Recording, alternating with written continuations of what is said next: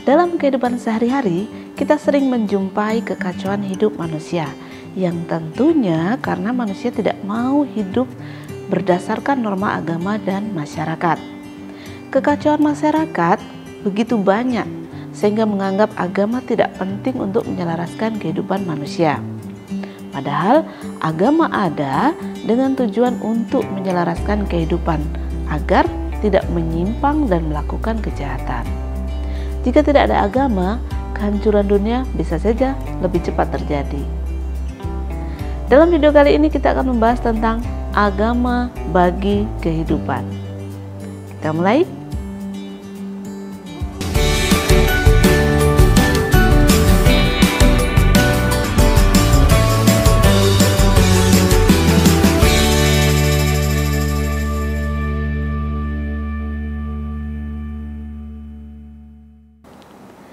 Sebelum mulai belajar, mari kita melafalkan syair penghormatan atau namakara gata.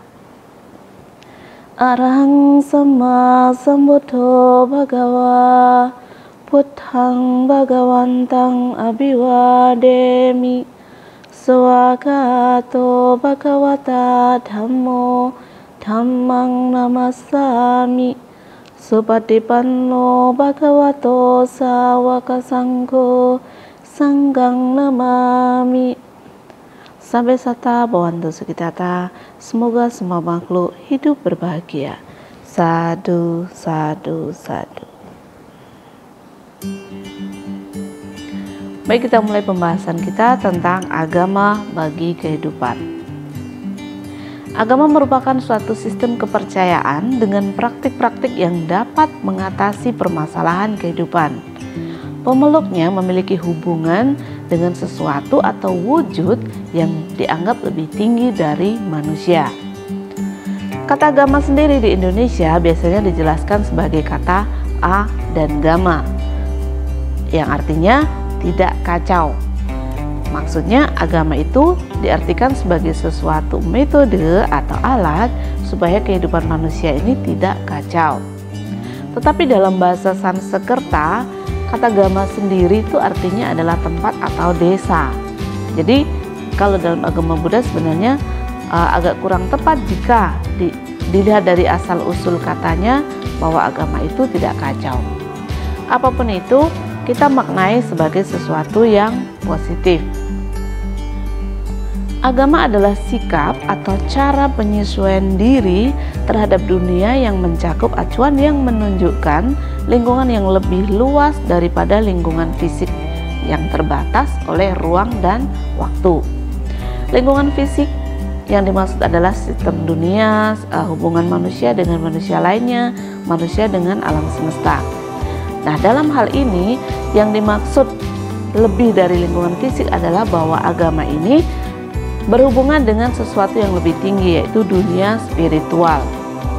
Jadi agama bukanlah sekedar sikap seseorang terhadap dunia fisik atau duniawi, tetapi juga termasuk dunia spiritual, yaitu yang berkaitan dengan kesucian, kemuliaan, cinta kasih, dan lain-lain. Timbulnya agama di dunia ini adalah untuk menghindari terjadinya kekacauan, pandangan hidup yang salah, dan sebagainya, yang terjadi pada waktu dan tempat yang berbeda, guna mendapatkan suatu kehidupan yang sejahtera dan kebahagiaan yang tertinggi. Memang setiap manusia di dunia ini pasti menginginkan kebahagiaan dan kedamaian dalam hidupnya.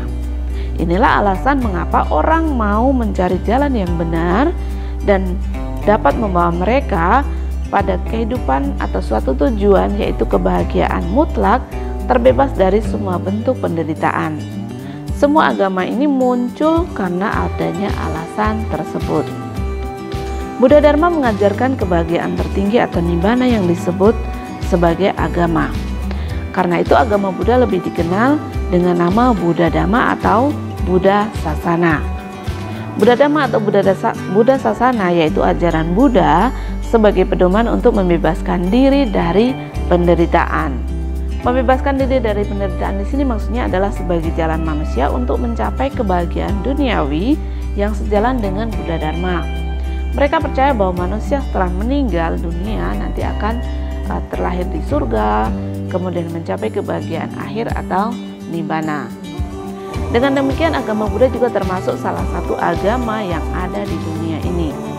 Dari definisi di atas, agama merupakan ajaran kepercayaan atau keyakinan beserta kebaktian sebagai jalan manusia untuk mencapai kebahagiaan duniawi agar setelah meninggal dunia dapat mencapai surga. Perubahan kepercayaan animisme dan dinamisme menjadi agama membuat banyak bermunculan agama-agama yang menawarkan ajaran-ajaran dengan banyak perbedaan. Meskipun pada intinya mengajarkan keselamatan serta kebahagiaan duniawi dan surgawi. Agama yang dianggap tertua yang dianut manusia berasal dari lembah Hindustan yang pada awalnya disebut Brahmanisme, tapi kemudian dikenal dengan nama agama Hindu. Kemudian muncullah agama-agama lain seperti Yudaisme, Buddhisme, Kristenitas, kemudian Islam, Sikhisme, dan juga kepercayaan-kepercayaan diantaranya adalah Konfusianisme, Taoisme, Zoroastrianisme, kemudian Sintoisme, dan kepercayaan Bahai. Agama dan kepercayaan tersebut di atas beberapa diantaranya ada yang masuk ke Indonesia.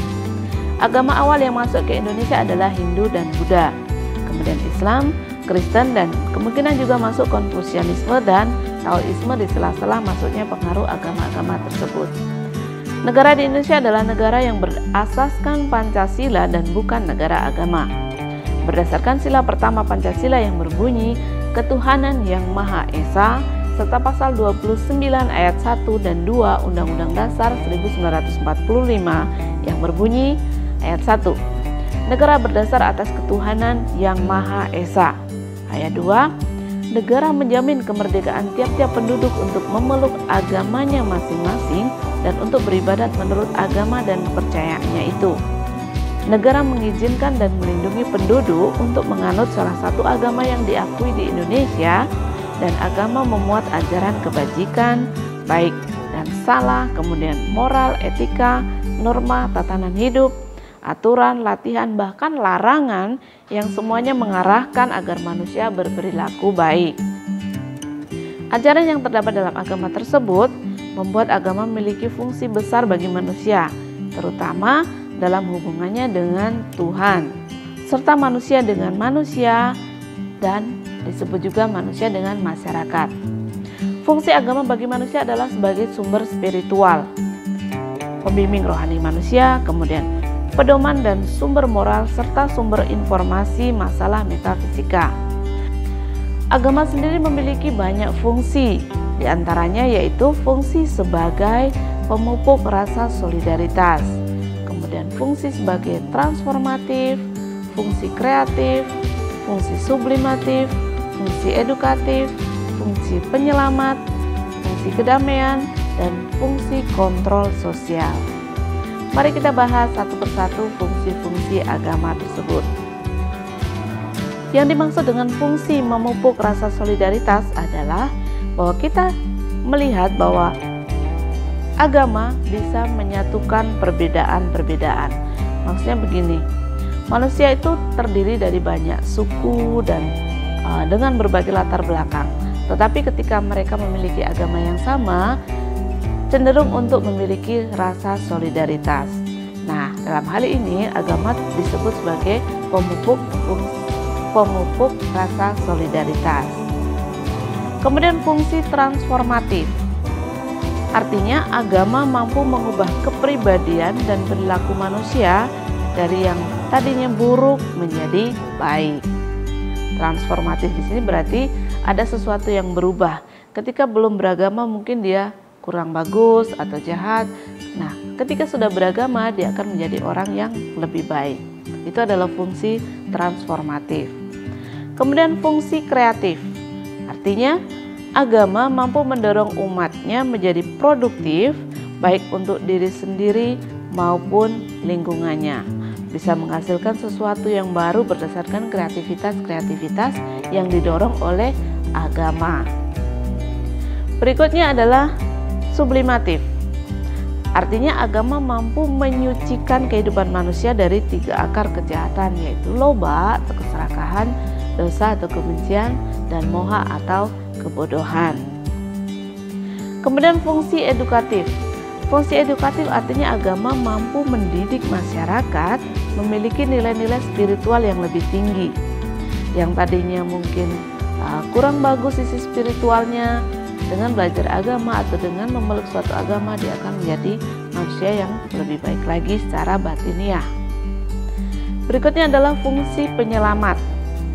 Dalam hal ini agama mampu menyelamatkan manusia dari penderitaan. Maksudnya menyelamatkan dari penderitaan adalah ketika seseorang sudah beragama, dia akan melakukan hal-hal yang baik. Kalau sudah melakukan hal baik, otomatis dia akan terbebas dari penderitaan.